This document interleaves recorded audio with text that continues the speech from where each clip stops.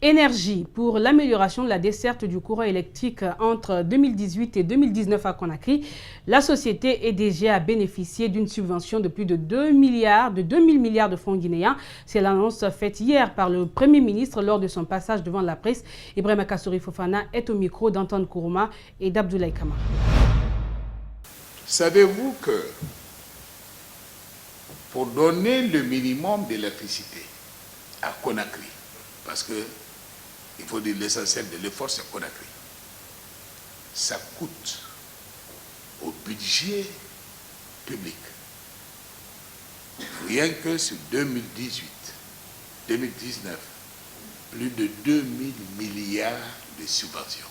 Retenez bien votre souffle, 2000 milliards de subventions. Si rien n'est fait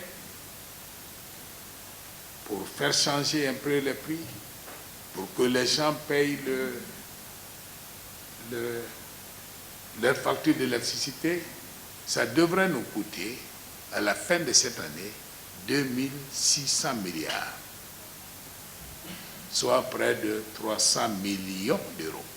Pour un gouvernement responsable, si vous avez 300 millions d'euros et vous faites face à un arbitrage dans l'allocation des ressources,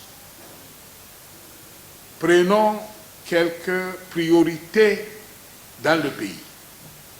L'électricité pour Conakry, les routes d'accès aux zones de production et de consommation, les puits, forages, les hôpitaux,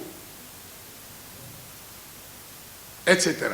Si vous êtes donné de faire l'arbitrage en tant que gouvernant, consacreriez-vous ces 300 millions d'euros rien que dans la seule ville de Conakry pour l'électricité de Conakry, où tu feras l'effort, vous ferez l'effort de limiter la subvention.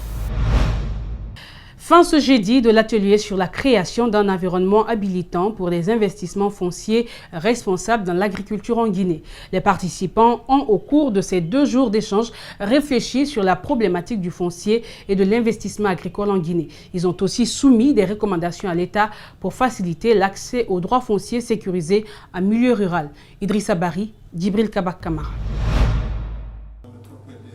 Au terme de ces 2 jours de travaux, la trentaine de participants a échangé autour du foncier et de l'investissement agricole en Guinée.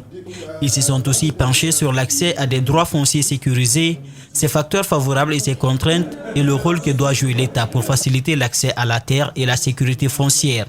Nous avons estimé que le pays devait être proactif en se dotant lui-même d'une vision, d'une politique et d'une stratégie. Et à l'intérieur de sa stratégie, le pays définit ce qu'il veut et ce qu'il ne veut pas, et invite des partenaires potentiels, y compris des investisseurs, à s'inscrire dans cette logique-là. Une des recommandations fortes ici, c'était de créer plus de cohérence dans la feuille de route concernant le foncier rural et la feuille de route qui concerne le foncier dans son ensemble, qui est logé au ministère de la Ville et de l'Aménagement du territoire. C'est vraiment que les pays doivent miser d'abord, avant de recourir à un investissement externe, de miser d'abord sur les capacités de mobilisation de l'investissement interne.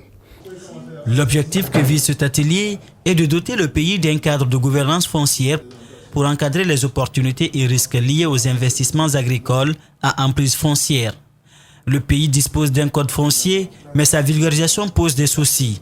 Cet atelier est donc un atout pour sa large diffusion. Avec la promesse que la CEAI a faite, je crois que nous entrons dans une autre phase, une nouvelle phase, une deuxième phase qu'elle va apporter à nos communautés.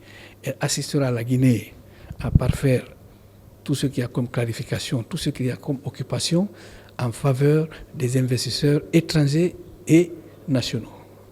C'est un atout parce que l'outil qui sera mis à notre disposition, peut-être, ça sera la rédaction des textes pour venir enrichir le code foncier domanial et pourquoi pas avoir un code foncier rural.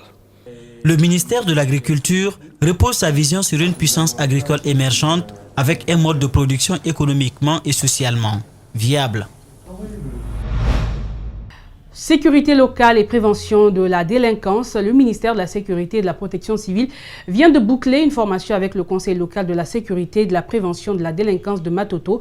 Durant 3 jours, les différents acteurs ont été outillés sur la sécurité locale et leur rôle au sein de la commune. Ils doivent désormais élargir les acquis dans les 38 quartiers de Matoto en faveur de la protection des citoyens. Reportage Abdoulaye Sadio Diallo, Yacouba Traoré. Venus de la mairie, des services de sécurité et d'autres organisations socio-professionnelles, ces 18 membres ont activement participé à cette formation. L'idée consiste à renforcer la sécurité au sein de la commune à travers une approche participative. C'était donc pour former ces membres du conseil local sur leur rôle et attributions.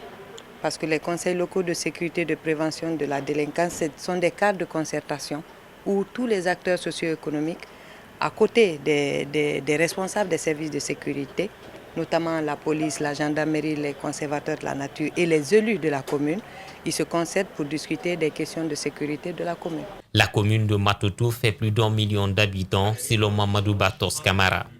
Sécuriser cette population requiert une connaissance de ses prérogatives, soutient le maire, lui-même membre du CLSPD. Vous le savez, Matoto est la plus grande commune de la Guinée par sa densité. Nous avons 38 quartiers et 226 secteurs. Mais vous le savez, il y a beaucoup de facteurs qui sont liés à l'insécurité. J'ai compris que c'est un outil pour une collectivité de faire une prévention et comment s'y prendre pour que ce genre de comportement puisse cesser dans nos milieux citoyens.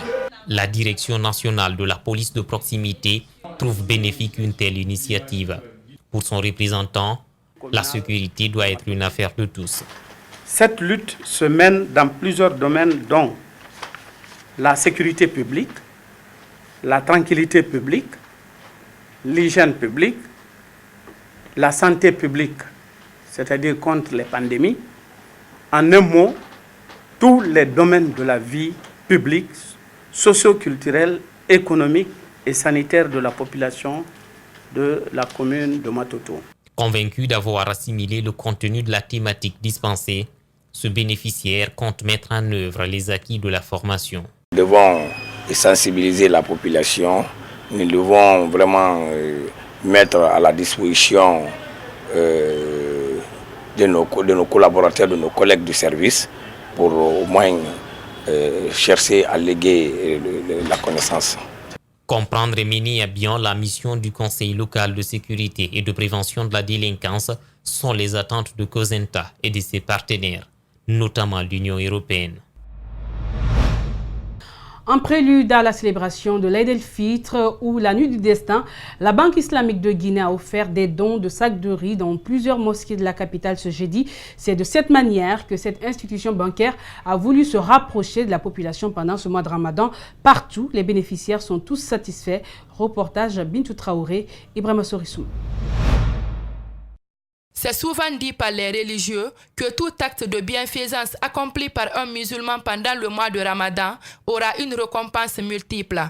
Le Ramadan est un moment d'entente et de partage entre les fidèles. C'est dans cette optique que la Banque islamique de Guinée a offert des dons de sacs de riz à plusieurs mosquées de la capitale à la veille de la Nuit du Destin. Pour la mosquée sénégalaise, il y a 10 sacs qui sont prévus.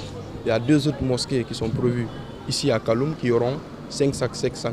Donc ensuite, il y a d'autres mosquées, en l'occurrence à Constantin, la cimenterie à Lambagny. Donc chaque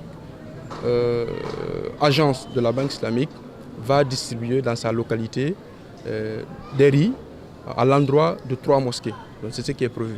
Après avoir fait le tour de plusieurs mosquées de la commune de Kaloum et de Matam pour poursuivre ce geste de charité, les bénéficiaires ont remercié la Banque islamique de Guinée pour ce acte. Pour eux, ils ont reçu ces sacs de riz à un moment important. Demain, c'est un jour sacré pour le bon Dieu. Laylatul Qadr, c'est une nuit sacrée. Donc celui qui fait le bien, vraiment, il a fait le bien pour lui-même. Et celui qui rate ça, vraiment, toi, tu vas rester comme ça. Que Dieu nous en garde pour ça. Donc la mosquée a reçu les 5 sacs de riz. Nous sommes contents. Avec cette tasse-là que vous avez rendue à l'humanité, notamment pour l'islam, notamment pour les Guinéens tous. Nous sommes très très ravis. Au dire des bénéficiaires, ce n'est pas la première fois que la Banque islamique de Guinée offre des dons dans les mosquées à l'occasion de la Nuit du Destin. Dans les prochaines années, la Banque islamique de Guinée compte poursuivre cette œuvre de charité à l'intérieur du pays.